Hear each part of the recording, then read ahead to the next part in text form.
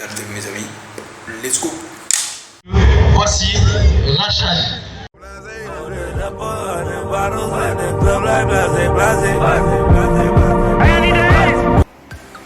Voilà, donc là au démarrage, vous avez vu qu'il y a une erreur de rechargement, de nettoyage, de disque, de réparation automatique. Le bureau ne vient pas, d'accord? Donc j'ai essayé de créer une clé USB bootable. Donc vous voyez, il y a déjà une clé USB bootable ici. L'idée c'est de voir si on peut réinstaller à nouveau le système d'exploitation, d'accord? J'ai branché la clé USB. Je vais redémarrer à nouveau la machine. Donc là j'ai redémarré, il y a pas mal des options. Donc normalement quand on vient sur options avancées, il y a beaucoup de méthodes. Là il nous demande si on peut utiliser un périphérique. C'est notre cas, on a un périphérique USB qui est là. Donc il y a pas mal d'options, soit on réinitialise le PC.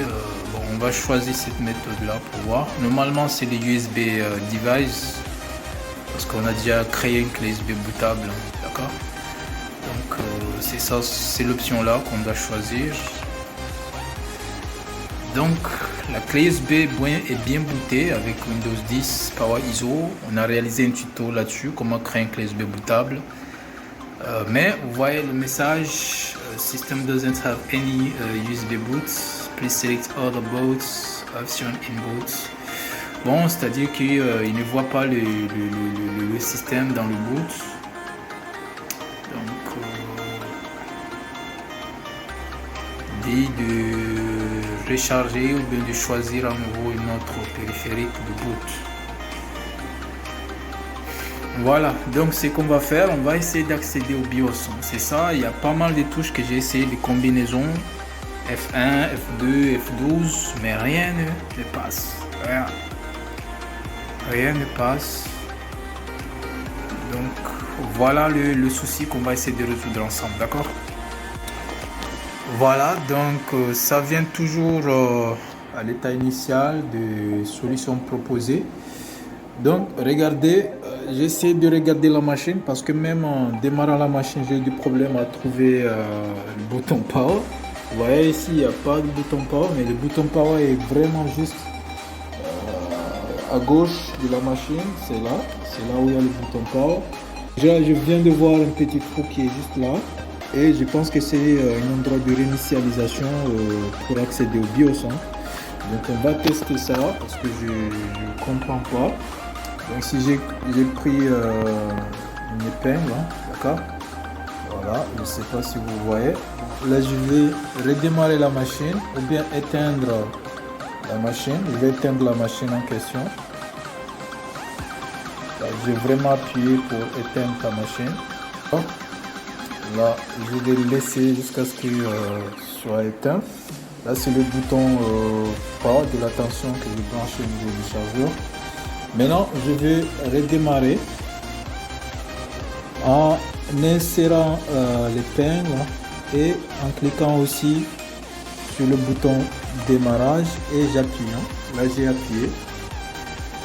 Là j'ai appuyé.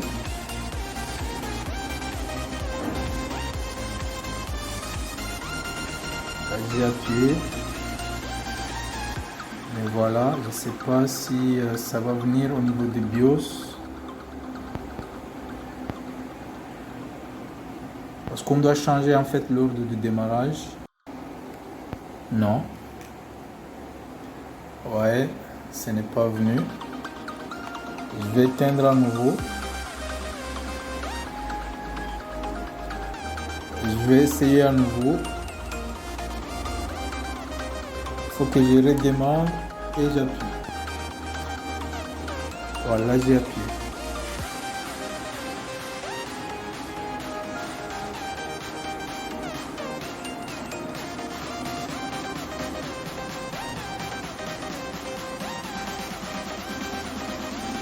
Voilà.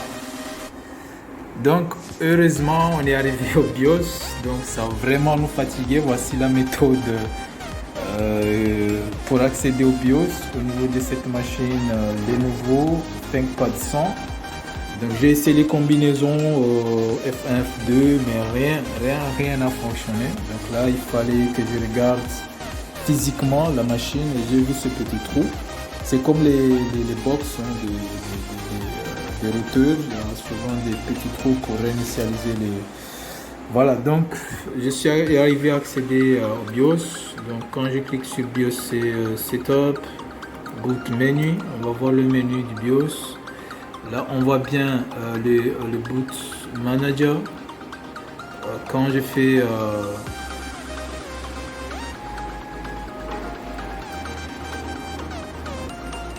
voilà, c'est ça normalement le Windows, la clé USB qui est là. Mais le souci, quand je valide, normalement il doit reconnaître la clé USB, le système qui est là.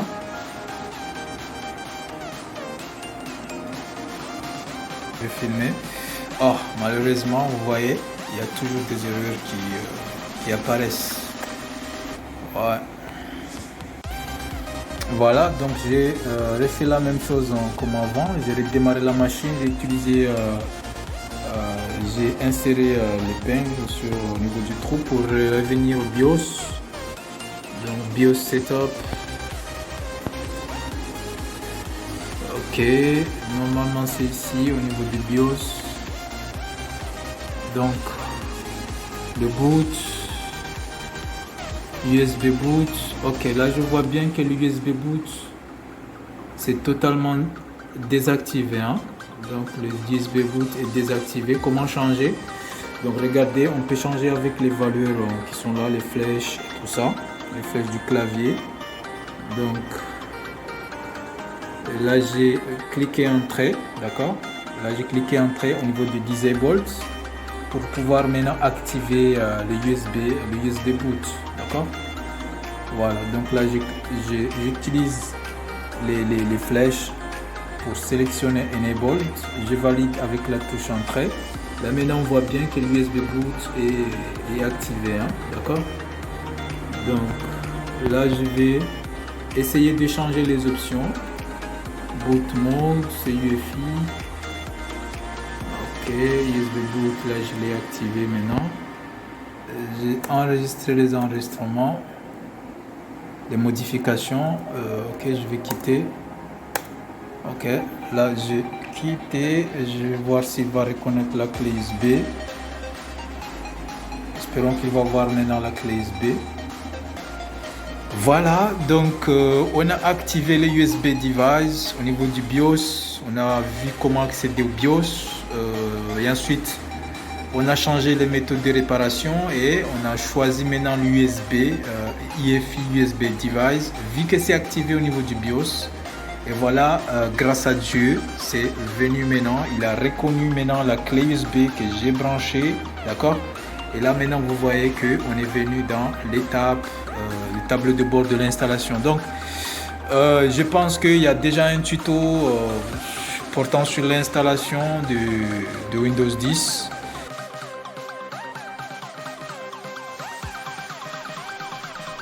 Je vous dis merci beaucoup d'avoir regardé ce tuto. N'hésitez pas à liker, abonner, partager pour vos amis. Et on se dit à très bientôt pour une nouvelle vidéo.